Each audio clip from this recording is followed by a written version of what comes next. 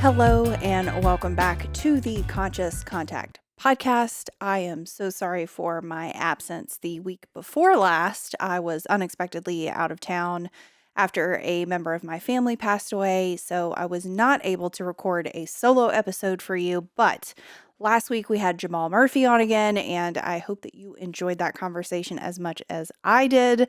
It's fantastic, and I'm back. So wish no more. I am here. I want to jump right into it, basically. I have been ruminating on this topic for a while after a number of different discussions with people in my life. And I'm going to make a broad disclaimer first, which hopefully will lead into the conversation smoothly. I don't plan these, so we'll see what happens. And I don't know if I'm over-caffeinated or under-caffeinated, so a little rusty. Bear with me. So I used to have a co-host on this podcast, and we made this disclaimer a lot back when we had first started. This is not a how-to podcast. If you have somehow ended up here under the guise of I'm going to tell you how to live your life and what choices to make or how to optimize this or make that better, that is not what's going on here. That is not my aim. That's not why I started this podcast. That is not what I like to talk about because I don't know you and I don't know what's best for you. The only thing that I hope to share on here is how I dealt with certain things based on my previous experience, what happened when I went through that situation, and what I learned from it afterwards. And if me sharing that helps you to look at your situation differently or think about it in a different way, awesome. But I am never going to get on here and tell you this is what I think is what you should do or what you should believe or any of that. I can have my own opinions and I believe in them fully, or they wouldn't be mine and I probably wouldn't have it as an opinion, but that is never going to be a judgment on somebody else. You are entitled to believe whatever the hell you want to believe, and I am not here to step on your toes. Also, the topics that I talk about, I am going to have an opinion on them. And there are certain episodes where I have prefaced it like this and tried really hard to stay as neutral as possible or not give my opinion on the situation because I don't think it's helpful when I'm just discussing facts or the discourse behind it or my outside perspective without my actual opinion on it. But I don't care if you believe how I believe. This is also not a philosophy. Well, I guess technically it's my own philosophy of life, but this isn't something where I'm hoping you listening to me is going to make you believe a certain way or change your mind from X to Z or whatever. I just hope that maybe it makes you think about whatever topic I'm talking about a little bit more. And that makes you either deepen your opinion that you already have or see the other side and get a better perspective or whatever. I don't care what comes of this, basically. This is just me sitting down in front of some cameras in my house, half by myself, half with someone else, and just kind of seeing what happens. Me trying to be in the moment as much as possible and to really connect with people that I can't see who aren't in the room with me. And whether you connect because you disagree with me or you connect because you agree with me or you connect because you're in the middle, I don't care. It's awesome. Everyone is welcome here and I want you to have your own opinion. I want you to think for yourself. I want you to believe whatever you want. And if something that I say, like if I hate peaches and you love them, that is not a judgment on you. That has nothing to do with you. That is not me saying that you're a terrible human and you should try them again. They are wonderful. However, if you don't like them, that's fine. So that kind of gives you a preface to what I'm going to talk about. So broadly, I've had a lot of conversations with people recently about people taking things so personally. And I'll get into the weeds on this because there are kind of a couple different points that I want to hit. So I kind of touched on one. My opinions about my life, my choices that I've made for myself and my thoughts are just my own. They're my opinions. They are not a judgment on you if you have a different one. They do not mean that I think you should change your mind or that I think you're a terrible human or any of those things. anything that I say in real life, on this podcast, whatever, that is coming directly from me. And even though it might sound very personal to you, it isn't. It's not personal in the slightest. So, an example of that I have experienced in my own life, a little deeper than the peaches example. I am in recovery. If you're new here, welcome. I am sober. Did not used to be, hence why I say I am now sober. And I follow quite a few different, like, not influencers, but people in the sober space that are also very open about their sobriety, their story, how they live their life now, how different it is to how it used to be, yada, yada, yada. Everybody's recovery in sobriety is their own. You can follow a program, you cannot, you can do this, you can choose to not do that. There is a multitude. I mean, like with any situation, with any life situation, you get to choose how you live your life most of the time, unless you are a child or you are in jail. You are going to be free to make those choices, at least here in America. And there are quite a few of them that still drink quote unquote non-alcoholic beverages. So those are like non-alcoholic beers, non-alcoholic mixers, non-alcoholic, they call them maybe elixirs. Maybe that's what it is. And there's companies popping up all over the place. There's non-alcoholic wines. There's this, that, and the other. So I have a very strong conviction that I do not partake in those, mostly because of my own experience with seeing other people in recovery who do that and do not come back. If you don't know what that means, that's okay. But it is scary to me. And my life is so good. I do not want to risk the things that I have gotten from being sober with playing around with something that almost killed me. Even though it says non-alcoholic, there is also a trace amount of alcohol in all of the ones that I have ever seen. It's kind of like kombucha. You don't have to show your ID to buy kombucha, yet there is still a percentage of alcohol that exists within that product. And for me, with someone who is an alcoholic, that means to me that I have an allergy to alcohol. So just like someone with a peanut allergy would never get anything that has any amount of peanuts in it whatsoever, I'm kind of the same way.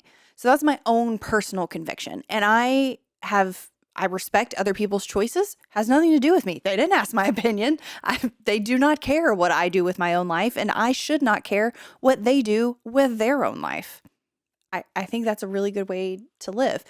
And the line there for me comes if it's going to do harm to someone that I know or care about, or if it's going to infringe on my right to have my belief. So that's kind of my two caveats with any scenario, and this included.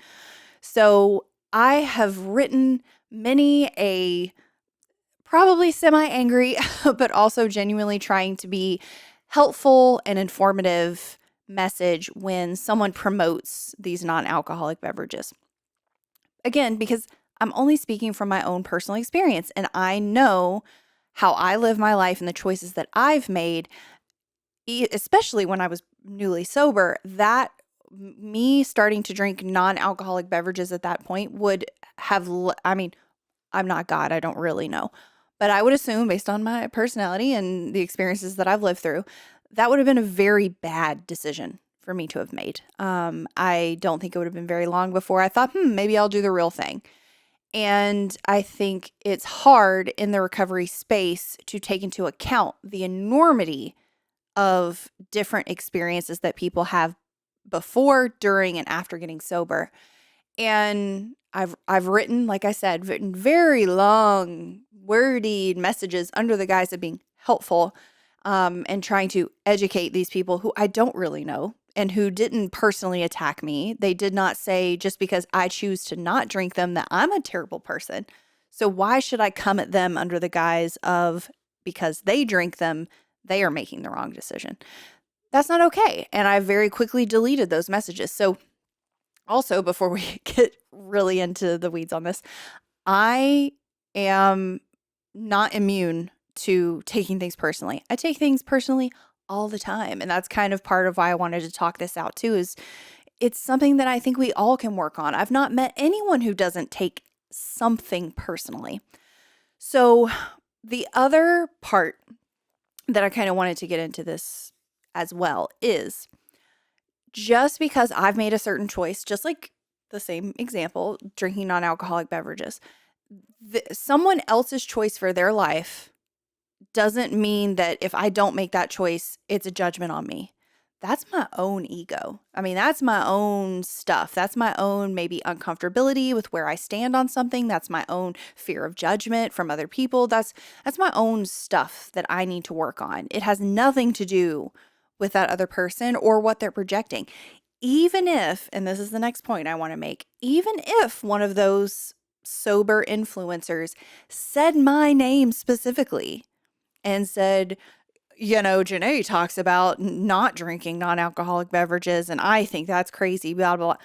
Even if it sounded specifically personal, and maybe they went down that rabbit hole a little bit further. Maybe they started saying that my recovery is trash because I've made that choice, or I don't know how to have fun, or made any kind of other personal judgment against me or my recovery.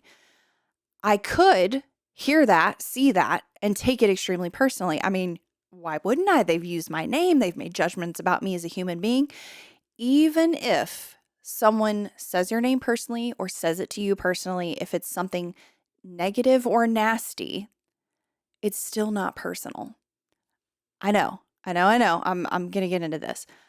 And this has taken me a long time, and this is not what happens every time I run up against this. It is something that I like to remind myself of, hence why I'm doing this podcast. But also, again, I keep having these conversations with people in real life, and it makes me think, man, some people don't think about it this way or have never been exposed to this thought process. So let me set the stage for my own inner workings.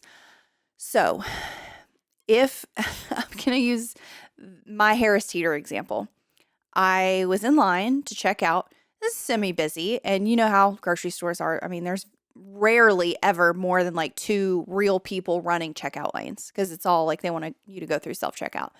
So I chose to go to a real person for once, which I never normally do. That must have been really busy too. And there was an older lady behind me. And I just say that to set the stage. Again, it's not a judgment on her at all. It was a little weird. She was very close to me. We all had buggies and everything. And her buggy was very close to the back of my legs. And I could just kind of tell. I didn't look back or anything. And I'm not looking her up and down or giving her the stink eye or whatever.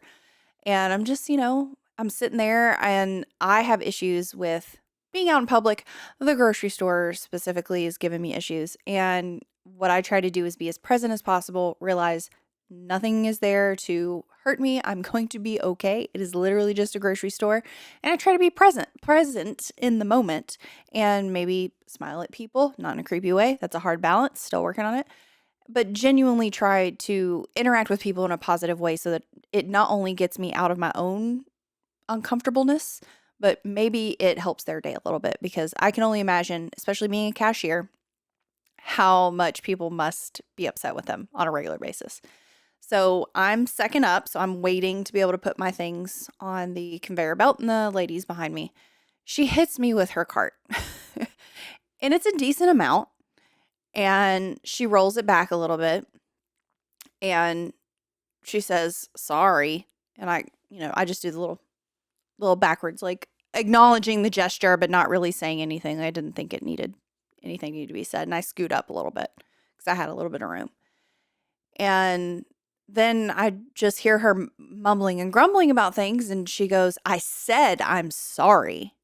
Can you not hear me?" And at this point, I realize I do not need to engage with her. Nothing that I have to say is going to please her.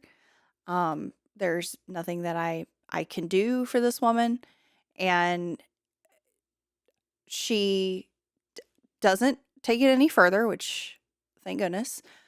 But the whole time I'm thinking what I normally think if someone's coming at me in that kind of fashion, when I know that there's not anything on my end that I should have, could have, would have done differently. They are not mad at me. They are upset with something going on in their life. So whether that's another human being, whether that's themselves, whether that's the state that they're in, whether that's the day they just had, they are upset with something that is not me. I am just the person that, the straw that broke the camel's back. I am the one that they are able to take it out on. And that applies with everybody. If anyone ever in my life has said something untoward to me, I have definitely taken it personally 90% of the time. And I'm probably down to like 80% of the time now. But that other 20% where I can pause and be like, in my head, I don't say this to them, but if I can rework the way that I'm looking at the situation and go, it must be really hard to look at life the way that they're looking at it. It must be really hard to be unhappy enough to say that to someone else. It must be really hard to try to lash out and hurt someone so that they hurt the way I hurt. Because I've been there. I have been that nasty person in the checkout line. I understand how much pain that I was in. I didn't know it at the time, but looking back now, I can definitely see that. That person that I was yelling at, whether it's at the grocery store or wherever else, it had nothing to do with them. It never does.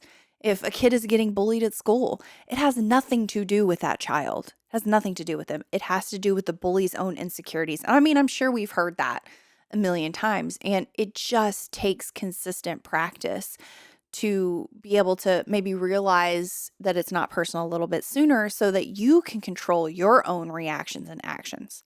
Because old me would have been like, the fuck did you just say to me? And, or even if I was the chilled out version of me, I probably would have been like, I didn't ask you to fucking say sorry, or you shouldn't have hit me with the cart to begin with. You wouldn't have to be sorry. I would have found some way to hurt her back in the way that I perceived I have been hurt. And that's where arguments start. That is the nexus of all of that. That's how the internet arguments get started. That's how in-person arguments get started. It is a tit for tat situation. And if I can remove myself from there, my reactions to people are normally a little bit better. Again, practice, practice, practice. And it's always progress over perfection, but something that's helped me a lot. And I hope someone hears that and maybe they can think about their situation a little bit different or not. It doesn't, again, this is not personal. If you don't want to look at it like that, oh well. Again, I'm talking about my own life, my experiences, and how I view certain things now. And if that helps you, cool, sweet. All right, next one. So this also, the taking things personally, this also goes into the issue with comedy right now. I can't imagine having that be my livelihood and being in the current social climate. It's incredibly hard to navigate that. It's incredibly hard to have a job where people are going to take things personally. Everything that they say is going to be taken personally by someone. And I get that. And I understand that it is human nature. We are all sensitive beings.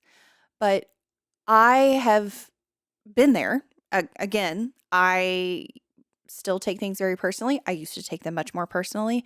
I can understand if you've gone through something hard and someone is making a joke about it in a stand-up routine or in a movie. It can feel very hurtful. It can feel very personal. It can feel like they are attacking you, or it can feel like if they only knew how much this hurt me, they wouldn't joke about that. And while that may be true, it is not personal. It has nothing, these comedians are not seeking to harm people. That is I would assume, the antithesis of their job. I guess that's the right word. It's the opposite of what they're trying to accomplish with their job. And I would think that they are not going to intentionally try to harm people, to get people offended because something is inherently a little true. I think that is really good comedy. To go a step further and to disregard people's feelings, I think that's where we get into the gray area. However, a comedian's job is to find the inherent truth in a situation and find a way to showcase that in which people can either agree or disagree with it. And because it is so innately human, it will elicit some form of response, whether that is like embarrassment or comedy itself and laughter or offense. I think that's kind of comedy as a whole. That's how I see it from the outside looking in, to get really deep. I mean, there's also really good fart jokes, and I don't want to take that away from people either. But deep comedy, I think, is meant to be thought provoking. I think it is meant to, ooh, that truth hurts a little bit too. But if you're able to not take it personally and realize that this comedian does not know who you are, they don't know your situation, and they are not saying this to intentionally hurt you, I think that that opens things up a lot for enjoyment, for just being able to live your life a little bit looser, a little bit freer. And the other issue stemming from the comedy is people getting offended for another person. And I will never understand this. Like, I get it in theory, but I don't know why people say, and this is from a Ricky Gervais skit. I'm not going to do the whole joke because, one, I don't remember it, and two, I would do a terrible job. But long story short, he is talking about experience he had with a fan who came up to him after a show. He had made a joke about cancer, some kind of joke about cancer during his skit, and this person came up and stated that it was someone close to him. I don't know if it was a sister or a wife or whatever, has cancer. And they don't think that they would find that very funny, and it's very hard for them, and this, that, and the other. These well-intentioned reasons, this attempt at education to Ricky Gervais. And he said, well, have you asked them if they think it's funny? They might think it's fucking hilarious. You're assuming offense on their behalf. And in comedy, that is something that I don't think you should do. I think you should allow people to make their own judgments. Again, that's you controlling the narrative for them. That's you controlling their opinion on something. And if you do really care about that person, I don't think that that's a healthy place to be. I think it would be better for you to ask them, maybe next time you see them, did they find this funny? Maybe that can be the growth opportunity there for you to be able to learn a little bit more of whether they are offended by that or not. I think that's a great conversation to have with anybody on any topic. And I think that that can yield some really good conversations so that you don't, next time, maybe you don't take things as personally for them, because you can't take something personally for someone else. I don't feel like the definitions of those words lend themselves to that being a thing. But also, I don't think you should unless you've asked them. That's assuming someone's opinion. That's assuming someone's reaction, and you should allow them to make that judgment call. And if they don't like that comedy, they shouldn't watch it. And they need to make that judgment call, not you for them. And again, not everyone is going to love everything. Maybe that comedian isn't for you. Maybe that's not the type of comedy that you like to watch. And again, with the peaches, I'm sorry, it's just on my brain. Someone quoted it. I can't remember. I think it's been attributed to Marilyn Monroe. I'm not really sure. But it's, you can be the ripest, juiciest, most perfect peach in the world. And there are going to be people that don't like peaches. That's okay. It doesn't mean that you need to convince them to like peaches. You can just say that that's not for me or that's not for them and move on. Or you can have a conversation with them about it. What is it that you don't really like about peaches? Not in an attempt to convince them to like them, but so maybe you can understand the other side. Maybe you can realize why certain people don't like peaches. Again, I like to look at it all as a growth opportunity and the potential for me to be a little less sensitive about stuff like that, because it makes me react in a way that is negative. It makes me attack rather than maybe think and take a second. It makes me want to talk instead of ask questions to learn more. And this is not a how-to podcast, but this episode in general is the one piece of advice that I would like to give people. Please stop taking everything so personally. It's not personal, even if it feels that way.